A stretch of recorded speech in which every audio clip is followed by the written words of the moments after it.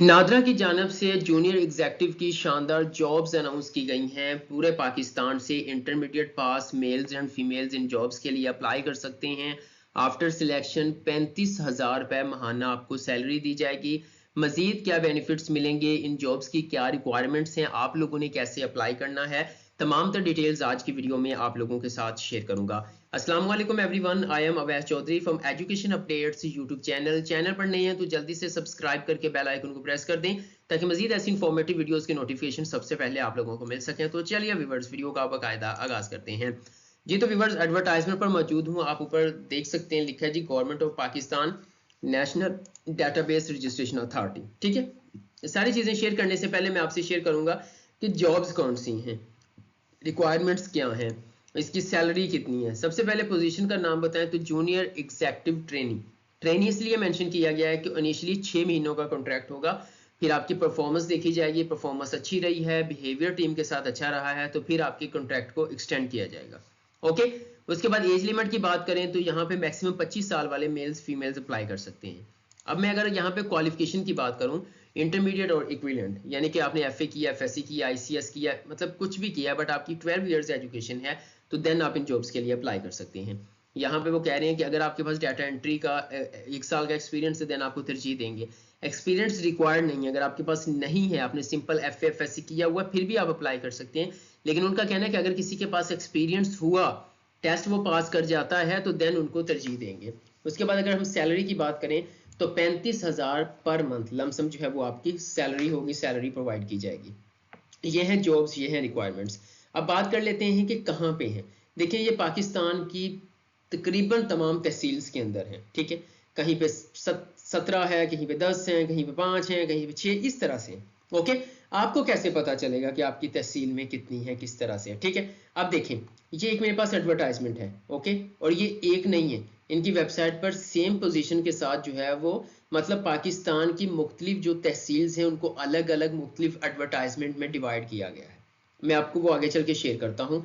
और सबसे अहम बात मैं अभी आपसे ये भी शेयर करूंगा कि सिलेक्शन किस तरह से होती है। ठीक है, अब देखें, एक चीज यहाँ पे कंफर्म कर दूं कि इन जॉब्स के लिए किसी किस्म का कोई एप्लीकेशन फॉर्म नहीं है, आपने ऑनलाइन अप्लाई नहीं करना। सिंपल आपको डेट बताई गई हुई है एडवर्टाइजमेंट के अंदर, आप उसके मुताबिक टेस्ट सेंटर पहुंच जाओगे। कैसे पहुंचना है वो भी बताता हूँ।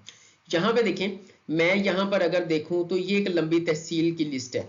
ये आपको जो नजर आ रहा है ना, ये वाला, ये तहसील है, सामने इसके नंबर ऑफ पोजीशंस हैं। ओके, और देखें यहाँ पर तकरीबन काफी सारी जो है वो तहसीलों को शामिल किया गया एक एडवर्टाइजमेंट के अंदर। जैसे मुल्तान है तो 47 हैं, शुजाबाद में 3 है, साहिवाल में 25 हैं, यानी कि एक एडवर्टाइजमेंट में मुख्तलिफ 2-3 डिविजन्स को शामिल किया गया है।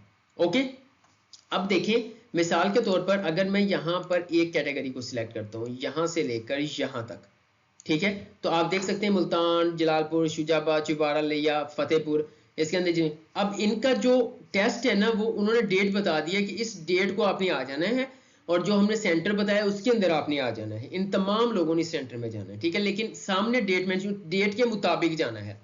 आपका टेस्ट 26 फरवरी को होगा। जब 26 फरवरी को आपका टेस्ट होगा, अगर आप उसमें क्वालिफाई कर जाते हैं तो फिर आपको 4 मार्च को इंटरव्यू के लिए बुलाया जाएगा। ओके, ये है। अब देखें, यहाँ पर अगर मैं स्क्रॉल डाउन करूं और कुछ अहम चीजें आपसे शेयर कर दूं और उसके बाद मैं आपको बताऊं कि आपने अपनी तहसील कैसे ढूंढनी है, तो देखें यहाँ पर ये एडवर्टाइजमेंट है मुल्तान साहिवाल वालों जो है वो तहसीलों की।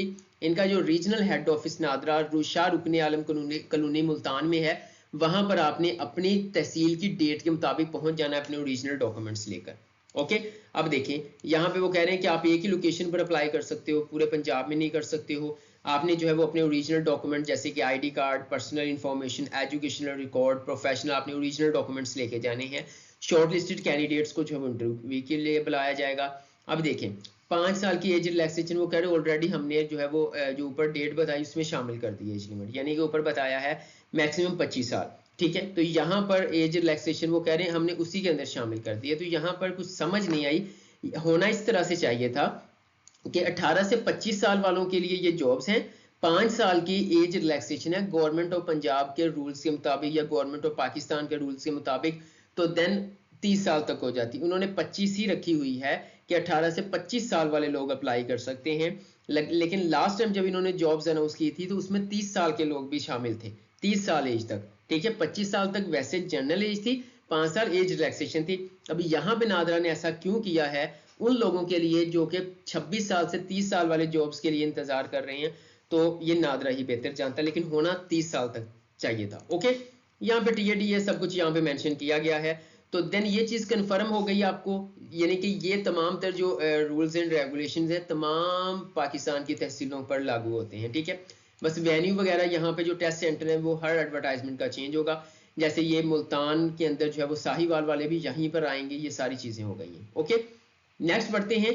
यहाँ पे देखें, ये अगली एडवर्टाइजमेंट है, ये आप देख रहे हैं, ये अगली एडवर्टाइजमेंट है। और यहाँ पर जो टेस्ट वेन्यू उन्होंने बताया हुआ है वो यहाँ पे लाहौर है, ये लाहौर वालों के लिए है, लाहौर सेंटर है। सही है। नेक्स्ट अगर ओपन करूँ तो ये एक और जो है वो लिस्ट है, और ये यहाँ पे कोयटा वालों के लिए है। और इस तरह से 6 एडवर्टाइजमेंट्स हैं। आपने कैसे अपनी एडवर्टाइजमेंट पर पहुंचना है ये मैं आपको पहले गाइड कर दूं, फिर मैं आपको बताऊंगा कि किस तरह से ये सिलेक्शन करते हैं। सिंपल, आपने अपने मोबाइल या पीसी का ब्राउजर ओपन करना है, यहां पर आकर आपने सर्च करना है नादरा कैरियर्स। जैसे ही आप नादरा कैरियर्स यहां पे लिखेंगे तो देन आप देख सकते हैं आपके सामने मुख्तलिफ लिंक्स आ गए हैं। पहला लिंक है जी careers.nadra.gov, आप इसके ऊपर क्लिक करेंगे। जैसे ही आप इसके ऊपर क्लिक करेंगे तो व्यूअर्स आप यहाँ पर नादरा कैरियर्स के पोर्टल पर आ जाएंगे। यहाँ ऊपर है जी करंट ओपनिंग्स, आप इसके ऊपर क्लिक करेंगे। जैसे इसके ऊपर क्लिक करेंगे तो ये जॉब्स ओपन हो चुकी हैं। अब देखें, वॉक इन, टेस्ट, इंटरव्यू सब कुछ आ चुका है। आपने सिंपल व्यू डिटेल्स के ऊपर क्लिक करना है। जैसे ही आप व्यू डिटेल्स के ऊपर आप व्यूअर्स क्लिक करेंगे तो देन आपके सामने स्क्रॉल डाउन करेंगे, ये तो डिटेल है सारी।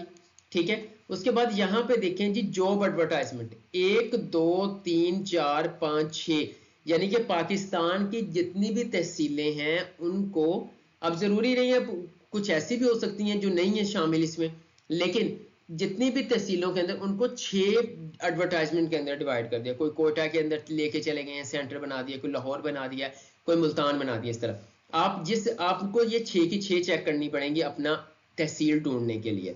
तो सिंपल, जैसे मैं मिसाल के तौर पर एक के ऊपर क्लिक कर दूं, यहाँ पे मैंने क्लिक किया, पीडीएफ फाइल यहाँ पे ओपन हो जाएगी। ठीक है, उसके बाद सेकंड ओपन किया तो यहाँ पे पीडीएफ फाइल ओपन हो जाएगी। देखिए यहाँ पे ओपन हो चुकी है। अब ये ओपन हो चुकी है कोयटा वालों की। अगर मैं ये चेक करूं तो ये भी ओपन हो रही है। तो यहाँ पर मुख्तलिफ यहाँ पे बताया हुआ है, आपने इसके मुताबिक अपना चेक करना है कि आपकी तहसील किस एडवर्टाइजमेंट में आ रही है, और उसको चेक करने के बाद आपने देखना है उसके अंदर कितनी पोजीशंस हैं। पोजीशन चेक करने के बाद आपने देखना है सामने आपकी टेस्ट की डेट क्या है। तो देन आपने अपने ओरिजिनल डॉक्यूमेंट्स लेकर अपने उसी टेस्ट सेंटर के अंदर जो है वो आपने पहुंच जाना है। अब मैं तरीकाकार बताता हूं कि इनका सिलेक्शन प्रोसीजर क्या होता है। तो व्यूअर्स, इनका जो सिलेक्शन प्रोसीजर होता है, आप जब अपने डॉक्यूमेंट्स वगैरह लेकर वहां पर पहुंच जाएंगे तो देन वहां पर जो है वो आपको लगेगा कि हम अकेले ही होंगे, पता नहीं हमारी सिलेक्शन हो जाएगी, बहुत ज़्यादा कंपटीशन होगा। जब आप जाएंगे अपने टेस्ट सेंटर तो वहां पे एक पंडाल लगा होगा जिसमें वहां पर तकरीबन जो है वो सैकड़ों कुर्सियां लगाई गई होंगी। ठीक है, तो वहां पर जो है वो एक पंडाल के अंदर 3-4 लोग जो है वो वहां पे ऑफिसर कह सकते हैं या सिलेक्शन वाले हैं, या नादरा के अंदर कुछ लोगों की वहां पे जो है वो ड्यूटी लगाई गई होगी।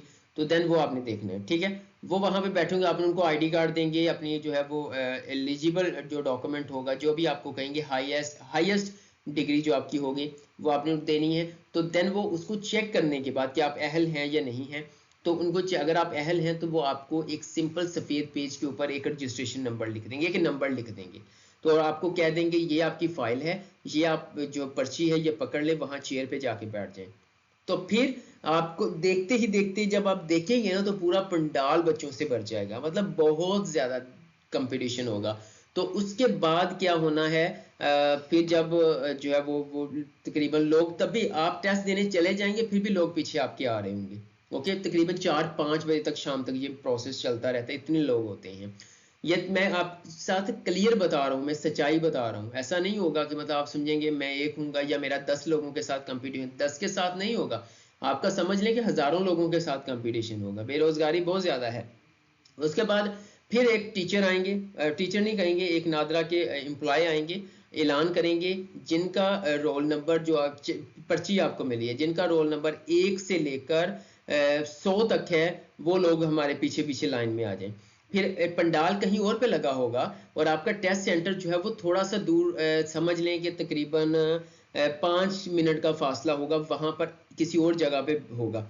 देन आपने वहाँ पे जाना है, आपकी पर्चियाँ चेक होंगी, वहाँ पर आपने वहाँ पे कंप्यूटर ऑपरेटर वाले बैठे होंगे, डाटा एंट्री करने वाले लोग, वो आपकी मालूमात वहाँ पर ऐड करेंगे, नाम क्या है, किस सिटी से आप आए हो, आपकी हाईएस्ट क्वालिफिकेशन क्या है, वो ऐड करके फिर कहेंगे आप आगे चले जाएं। आप आगे जाओगे, वहाँ पे इंतजार करोगे। क्यों इंतजार करोगे वहाँ पे? क्योंकि ऑलरेडी कंप्यूटर्स के ऊपर टेस्ट हो रहा है। वो बच्चे बाहर आएंगे, फिर आपको अंदर लेके जाया जाएगा, आपके सामने जो है वो बैठा दिया जाएगा। और ये सारा सीन मैं चेक करके आया हूँ, क्योंकि बहुत से लोग मुझे कहते थे कि हमें बताएं कि नादरा सिलेक्शन कैसे करता है, तो ये मैं देखने क्या था प्रोसेस, ठीक है। तो वहां पर आप जा रहे हो, तो वहां पर आपको कंप्यूटर्स के ऊपर बैठा दिया जाएगा। तो नादरा हेडक्वार्टर की जानब से ऑनलाइन टेस्ट कंडक्ट किया जाएगा, कोई रिटन टेस्ट नहीं होगा, ठीक है। तो देन पहले एमसीक्यूज आएंगे।